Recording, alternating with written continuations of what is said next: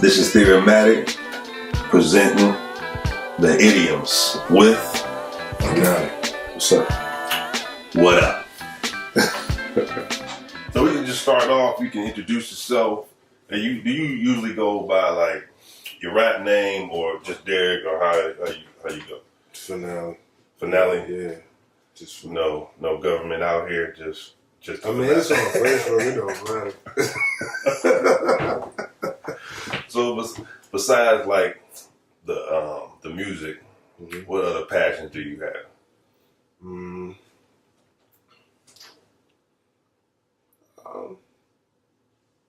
I mean, I'm an engineer by trade, Right. so I like taking things apart, putting them back together. Right.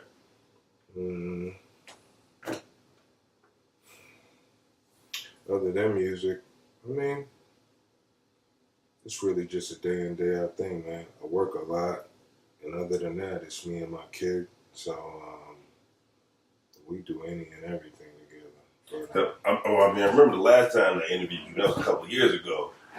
It was I think you had kind of just started the new job, and I don't know if it was kind of pulling you from the music or nothing like that, but you were more so trying to get established and take care of your family first. You know what I mean? Yeah. So now that you've been working there a little bit longer, have you found that balance? Because sometimes when you get a new job, you got to really focus on that first and see how the ins and outs of that is before you start saying I'm gonna do some other stuff.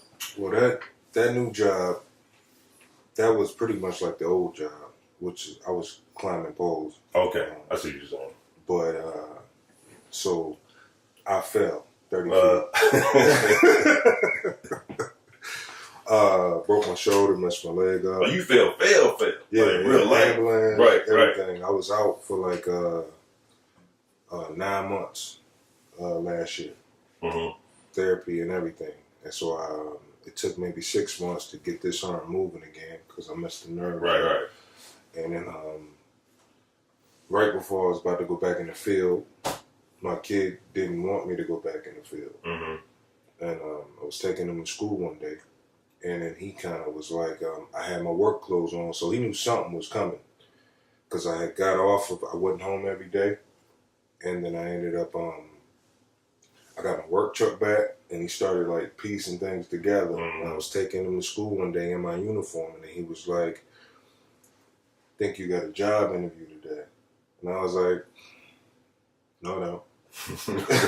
And he was like, "I saw you click something on the internet." How old is he? He's 8. Okay. So he telling me this, "I saw you." He knows Right. it too. So he saw me, and he was like, "No, you clicked it. You got a job." So I checked my email. I did have a job interview. So, but it was for, I started out engineering before music. So, and I left engineering to do music for like 8 years. So I didn't really see myself going back to it. Right. This job was a straight up engineering job in a field completely different than what I did before. So I didn't really think I was going to get it. So I did what he told me. I went home, took my work clothes off in the morning, took the day off, put a suit on, went around the corner to the job, and they offered me the job, but they offered me like 10, 15 more than I had asked for. But you're all right. But it was it worked out. As soon as I got the job, I came home, told my kid I got the job. He was happy, and I was able to kind of, right when I was about to go back in the field, I was able to take this job. So it's a different field, different bracket, and different atmosphere altogether. But it's cool, man. So a lot has changed. So got divorced. That's a big difference. Hold it.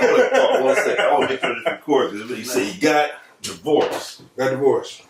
That's a big shift, and that's something I ain't even put it on Facebook or nothing. Well, I mean that's. I know people. That's personal though. No, but people live for that. They live for like keeping their relationships. Well, yeah, I know. But if you're that type of person, if you're not doing that already, no, I felt like it was. So my musical progression, you can hear everything if you really listen to it. You put your life in your music. My music revolves it's what I'm saying. my ex-wife and my kid. Right. So when that dissolved, I had to take a step back and reassess like how I wanted to do it. So now my music revolves. It's always revolved around my kid, but now it revolves around it so much. But then it revolves around giving different viewpoints. And I think it may piss some people off, and it may not. But but it's the reality of whatever. It's the truth. It's so the truth. I mean, you can't really change it. But it's the way society is built. Right. So I ended up a producer named Mark Cooper. He's dope.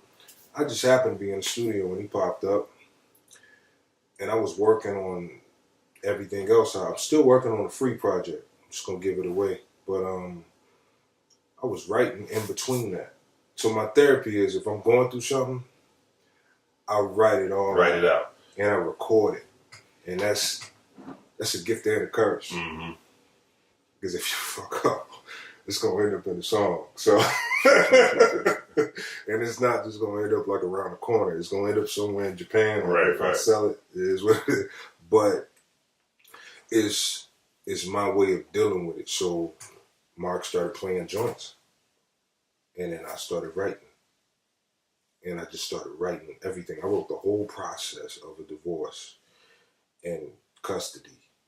And it's all like in one song? It's all in one project. Oh, so the whole, it's like an EP, like not an EP, but like a longer EP of just one side. One specific topic. Yeah. But it's given from a male perspective.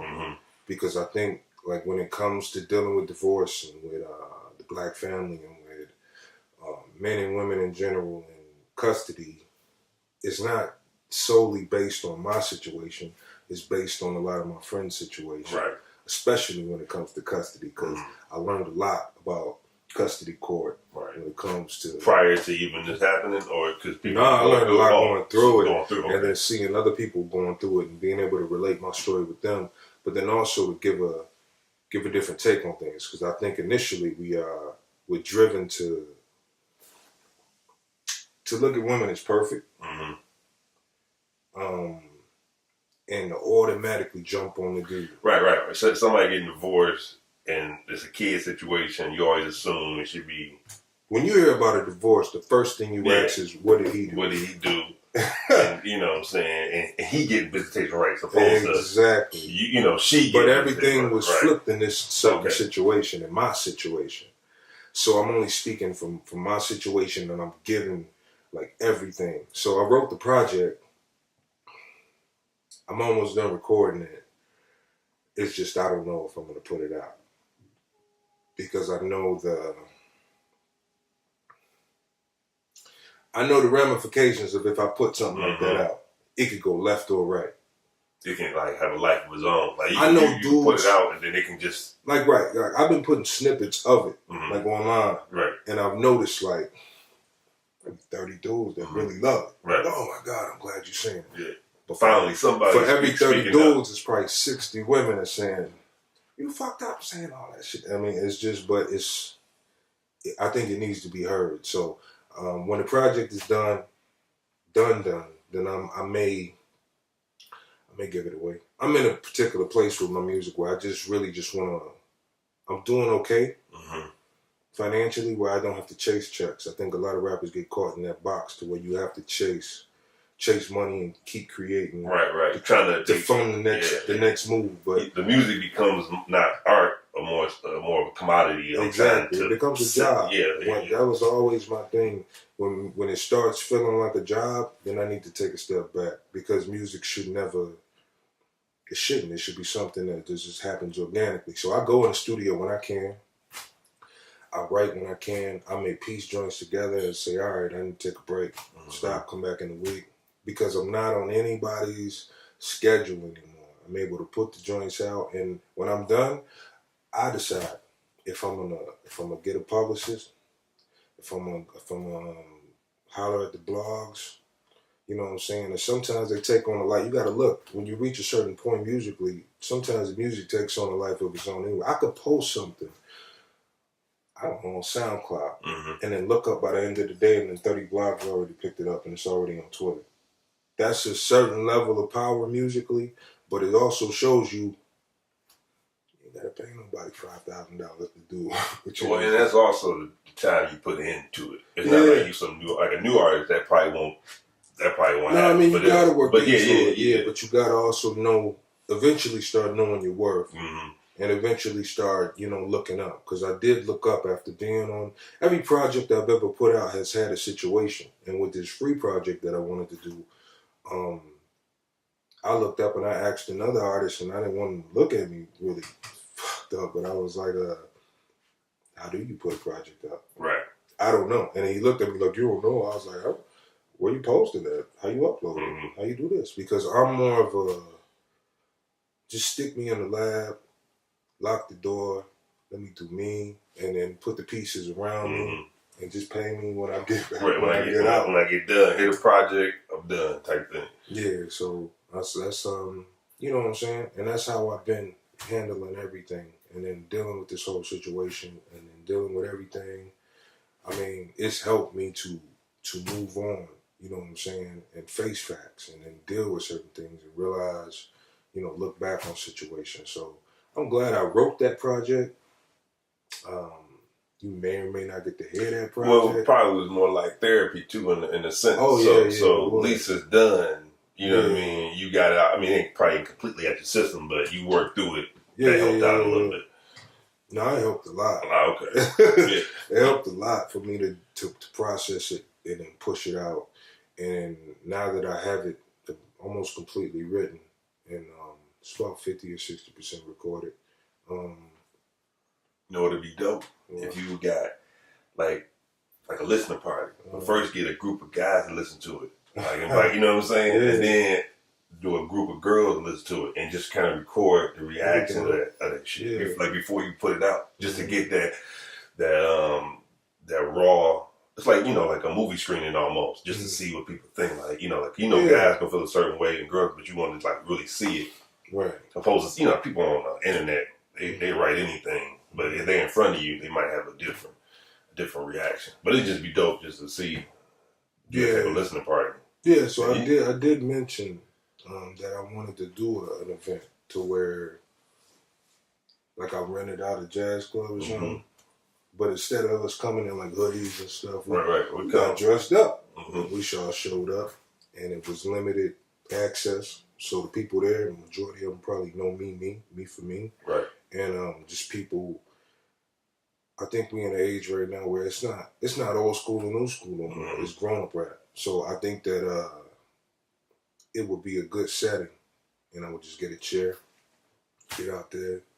I maybe will have a producer and a band, but then I may do the whole project from start to finish. You know what I'm saying?